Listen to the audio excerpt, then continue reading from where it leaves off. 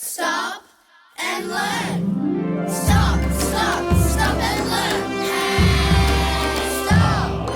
Stop and learn about our God each day and discover how to live your life the best way. Tell me how. Read the Bible, take time to pray. Listen to what God has to say as you stop and learn about our God each day. Stop. G'day there. Arnie here again from Arnie's Shack. And this is Bible Buddies.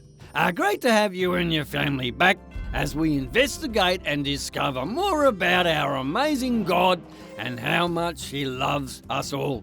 I was reading an interesting verse in my Bible this morning, 1 Corinthians 15:58. So my dear brothers and sisters, be strong and immovable. Always work enthusiastically for the Lord, for you know that nothing you do for the Lord is ever useless. The story I have today comes from a book called Peddling the Gospel. It is set back in the year 1888 and begins when Joseph and Julia Steed lived in Norwood, South Australia. Joseph and Julia heard about a man named John Corliss, a Seventh-day Adventist who had traveled all the way from America to tell people about Jesus and let them know that Jesus was coming back. After hearing what John had said, Julia decided that she wanted to follow Jesus and be baptized. And then Joseph left his family business and was also baptized. Joseph was so excited about what he had discovered about Jesus, he wanted to share this with others. So he filled his bag with books that John Corliss and his friends had written, climbed on his bike, and started going door to door, giving out tracts, giving Bible studies, and selling books. This didn't bring in much money.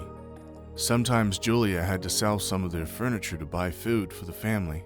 They went from having a business and plenty of money to living in a tent in the desert in Broken Hill. Julia, Joseph, and their children lived in a tent for 2 years. Julia even had their 4th child while they were living in the tent. That would have been very difficult for them, but that was what they were prepared to do so that Joseph could continue to help people meet Jesus. There is more to this story. I will tell you about it next time. It can be fun camping in a tent, but living in one for 2 years with 4 children in the desert, that would have been difficult. But as they said, they were prepared to do whatever they needed to help others to learn about and come to know Jesus. As it says in 1 Corinthians 15:58, so my dear brothers and sisters, be strong and immovable.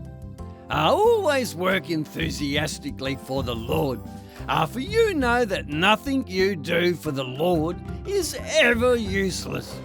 Anyway, our time is up for today, but I will look forward to catching up with all of you again next time on Bible Buddies. So take care, stay safe, and God bless. Learn about our wonderful God each day. Stop.